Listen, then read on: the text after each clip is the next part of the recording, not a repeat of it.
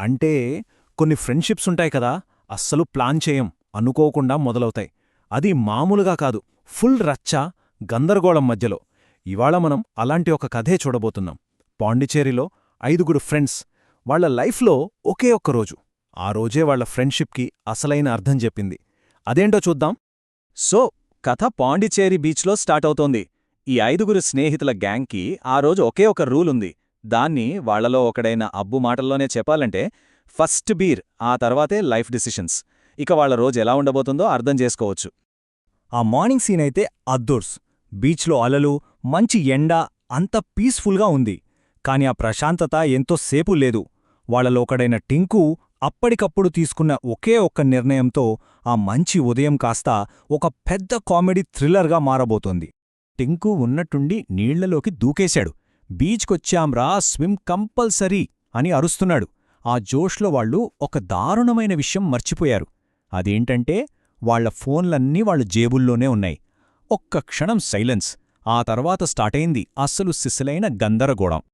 అంతే, అందరూ కంగారుగా జేబులు చెక్ చేసుకున్నారు. ప్రతి ఫోన్ నీళ్లల్లో తడిసి ముద్దయింది. అందరి ఫేసుల్లో టెన్షన్. కాని ఆ టెన్షన్లోంచే ఒక కామెడీ పుట్టింది. ఎవరో అరిచారు, ఒరే, ఇక సెల్ఫీలు గీల్ఫీలు లేవు, అన్నీ మెమరీలోనే సేవ్ చేసుకోవాలి. సరే, పోయిన ఫోన్ల గురించి బాధపడుతూనే నవ్వుకుంటున్న టైంలో వాళ్ల ఆనందానికి ఒక ఈలచప్పుడు బ్రేక్ వేసింది. కథలోకి ఎవ్వరూ ఊహించని ఒక క్యారెక్టర్ ఎంటరయ్యాడు. ఒక పోలీస్ ఆఫీసర్. ఆఫీసర్ గొంతు వినగానే మొత్తం సీన్ మారిపోయింది. అప్పటిదాకా ఉన్న నవ్వులు ఫ్రీజ్ అయిపోయాయి.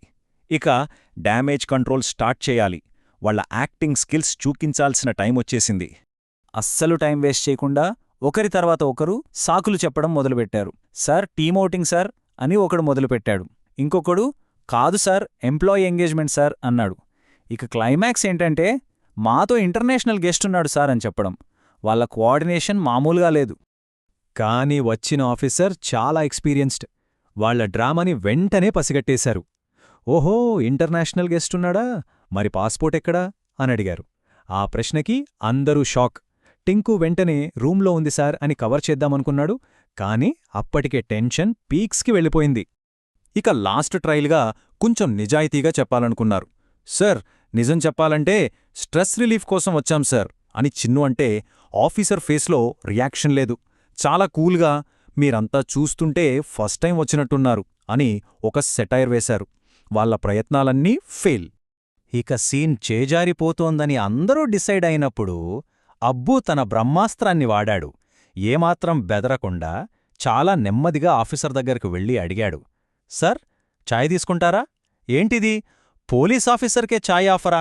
వామ్మో, వాళ్ల ధైర్యమో లేక పిచ్చితనమో అర్థం కాలేదు. నమ్మశక్యం కాకపోయినా అది వర్కౌట్ అయ్యింది. ఆఫీసర్ ఒక నిట్టూర్పు విడిచి వార్నింగ్ ఇచ్చి పంపించేశారు. ఇక వాళ్ళక్కడ్నుండి వెళుతూ, ఏం పర్ఫార్మెన్స్ రామనది, ఇంటర్నేషనల్ గెస్ట్ అంటావురా నువ్వు అని ఒకరినొకరు ఏడ్పించుకుంటూ గట్టిగట్టిగా నవ్వుకున్నారు. అమ్మయ్య, ఒక పెద్ద గండం గడిచిందనుకున్న ఆనందం వాళ్ల మొహంలో ఎంతోసేపు నిలవలేదు. వాళ్లకోసం ఇంకో పెద్ద రియాలిటీ షాక్ ఎదురుచూస్తోంది. కథ ఇక్కడ మరో ఊహించని టర్న్ తీసుకుంది. హ్యాపీగా వెళ్తున్న వాళ్ళు సడన్గా ఆగిపోయారు. చిన్ను చిన్నగా అన్నాడు, గైస్, ఆఫీస్. ఆ ఒక్క మాటతో అందరి నవ్వులు ఆగిపోయాయి. ఒక్కసారిగా అందరి ముఖాల్లో రంగులు మారిపోయాయి. ఎస్, అయ్యో, ఆ ఒక్క పదం చాలు వాళ్ల పరిస్థితిని చెప్పడానికి. వాళ్ల ఆనందం, వాళ్ల గెలుపు ఫీలింగ్ అంత ఒక్క క్షణంలో మాయం. ఎందుకంటే వాళ్లు ఆఫీస్కి లీవ్ పెట్టటం మర్చిపోయారు. సో వాళ్ల సిచ్యువేషన్ ఇది. ఒక్కరు ఫోన్ కూడా పనిచేయట్లేదు. ఆఫీస్కి కాల్ చేసి చెప్పే ఛాన్సే లేదు. ఒకవేళ చేసినా చెప్పడానికి సరైన కారణం లేదు. చిన్ను చెప్పినట్టు ఫోన్ డెడ్, లైఫ్ కూడా డెడ్. సరే, ఇప్పటిదాకా కామెడీ చూశాం కదా, ఇప్పుడు కథలో ఎమోషనల్ పార్ట్ మొదలవుతుంది. ఆ రోజు సాయంత్రం ఎయిర్పోర్ట్లో ఆ గందరగోళం మధ్య ఒక లోతైన అనుబంధం ఎలా బయటపడిందో చూద్దాం. ఎయిర్పోర్ట్లో 2 ఫ్రెండ్స్ బయలుదేరే టైమొచ్చింది. వెళ్లే ముందు ఆ ట్రిప్పు గురించి మాట్లాడుకుంటున్నారు. ఒకడు, ఇదంతా చాలా అన్ఎక్స్పెక్టెడ్గా జరిగిందిరా అన్నాడు. దానికి ఇంకొకడు, అవును, కాని మనం తీసుకున్న బెస్ట్ డెసిషన్ ఇదే అన్నాడు. అంటే ఇన్ని తిప్పలు పడ్డా ఆ ట్రిప్పు వాళ్లకి చాలా విలువైనదని అర్థమైంది. ఆ చివరి నిమిషాల్లో వాళ్ళ మాటల మధ్య వాళ్ళ ఫ్రెండ్షిప్కి కొన్ని రూల్సున్నాయని అర్థమైంది. అవి రాసుకోలేదు, కానీ అందరికీ తెలుసు. ప్లాన్ అవసరం లేదు, పిలిస్తే చాలు రావాలి, గ్రూప్ ఎప్పుడూ యాక్టివ్గా ఉండాలి, మధ్యలో మాయం అవ్వకూడదు, ఇంకా ముఖ్యంగా ఎప్పుడూ కలిసి ఏదో ఒక గందరగోళం సృష్టిస్తూనే ఉండాలి. ఇదే వాళ్ళ మధ్య ఉన్న ఒప్పందం. ఆ రోజు జరిగిన రచ్చకి కంప్లీట్ ఆపోజిట్గా ఆ వీడుకోల్ క్షణం చాలా సైలెంట్గా, ఎమోషనల్గా ఉంది. మాటలు లేవు, జోకులు లేవు, కేవలం ఒకరినొకరు గట్టిగా హగ్ చేసుకున్నారు. ఆ హగ్ చాలు వాళ్ళ మధ్య ఉన్న బంధం ఎంత బలమైనదో చెప్పడానికి. కానీ వాళ్ళు వాళ్లేగదా. ఆ ఎమోషనల్ సీన్ ఎక్కువసేపు ఉండలేదు. ఫ్లైట్ అనౌన్స్మెంట్ రాగానే వెళ్తూ వెళ్తూ టింకు గట్టిగా అరిచాడు, నెక్స్ట్ ట్రిప్ అబ్రాడ్ రా అని. దానికి వెంటనే చింటూ కౌంటర్ వేశాడు, నీకు వీసా రిజెక్ట్ అవుతుందిలే. మళ్ళీ అందరూ గట్టిగా నవ్వేశారు. సో ఇప్పుడు ఈ కథలోని అసలు విషయానికొద్దాం. ఇది కేవలం 5గురు స్నేహితుల కథ కాదు. ఇది మనందరికీ తెలిసిన, మనలో చాలామందికి ఉన్న ఒక ప్రత్యేకమైన స్నేహ బంధానికి అద్దం పడుతుంది. ఇక్కడ మనం అర్థం చేసుకోవాల్సిన ముఖ్యమైన విషయం ఒకటుంది. కొన్ని ఫ్రెండ్షిప్స్ బలంగా ఉండటానికి రోజూ మాట్లాడుకోవాల్సిన పని లేదు, లేదా పక్కా ప్లాన్లు వేసుకుని కలవాల్సిన అవసరం అస్సలు లేదు.